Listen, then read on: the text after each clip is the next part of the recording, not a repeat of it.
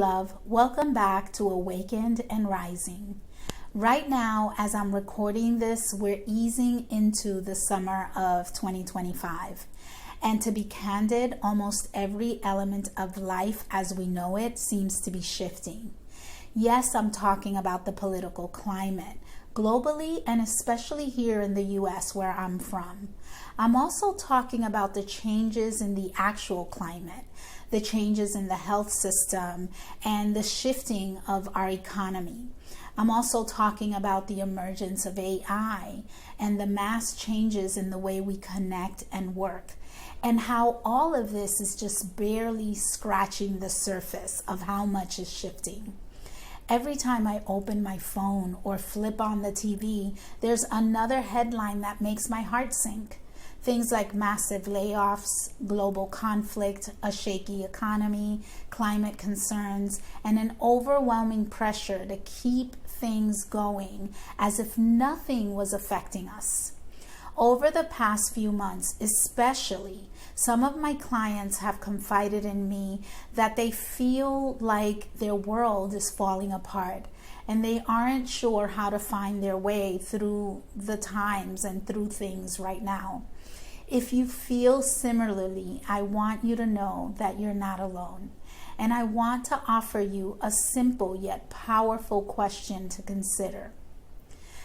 What if what looks like everything is falling apart is actually everything falling into place? I mean, think about it. Think about it this way.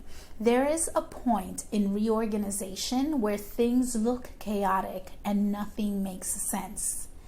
What if on a soul level, we're not breaking down, we're breaking through, breaking out, and breaking open? Let's talk about it. This year, so many of the women I work with have shared a common feeling. They're questioning everything. It's almost like they're going through an identity crisis. They question the way they work, the way they love, the pace they move through life, the beliefs they've inherited from their families, their religions, their culture, society. It's like an internal earthquake is rumbling through the parts of them that used to feel so certain. And yes, it can be disorienting, uncomfortable, painful even, but it's also sacred. Discomfort is often a messenger of awakening, expansion, and growth. When the identities, beliefs, and systems we've built our lives around begin to crack, our nervous system freaks out, our mind spirals, our fear gets loud. But from a spiritual lens, the cracking is how the light gets in, or how the light gets out.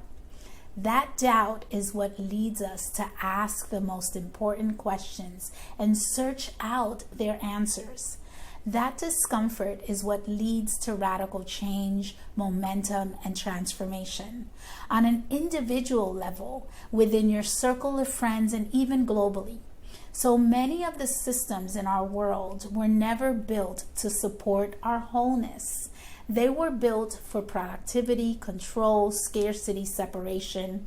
We're conditioned to chase success at all costs, to stay silent in the name of being nice, to overfunction, overwork, overgive, all while pretending we're fine.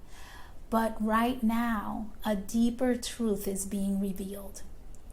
That we are not here to live in survival mode. We are not here to grip and to cling our way through life. We are not here to dim our light in order to fit into these broken systems. We're here to remember our power, to awaken, to choose something new.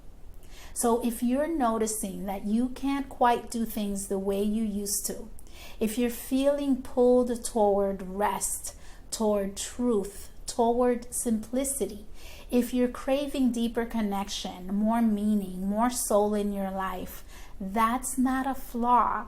That's your spirit rising. The unraveling of what was is what makes space for what wants to be. And yes, it can feel messy. There will be grief. There will be fear. There will be days you want to crawl back into your old patterns because they feel safer than the unknown. That will all happen. But this moment in history is not random.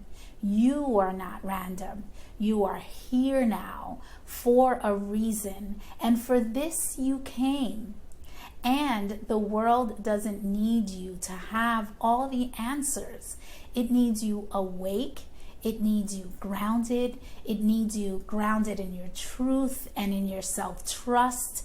It needs you to walk through this season with your heart open, even if it's imperfect.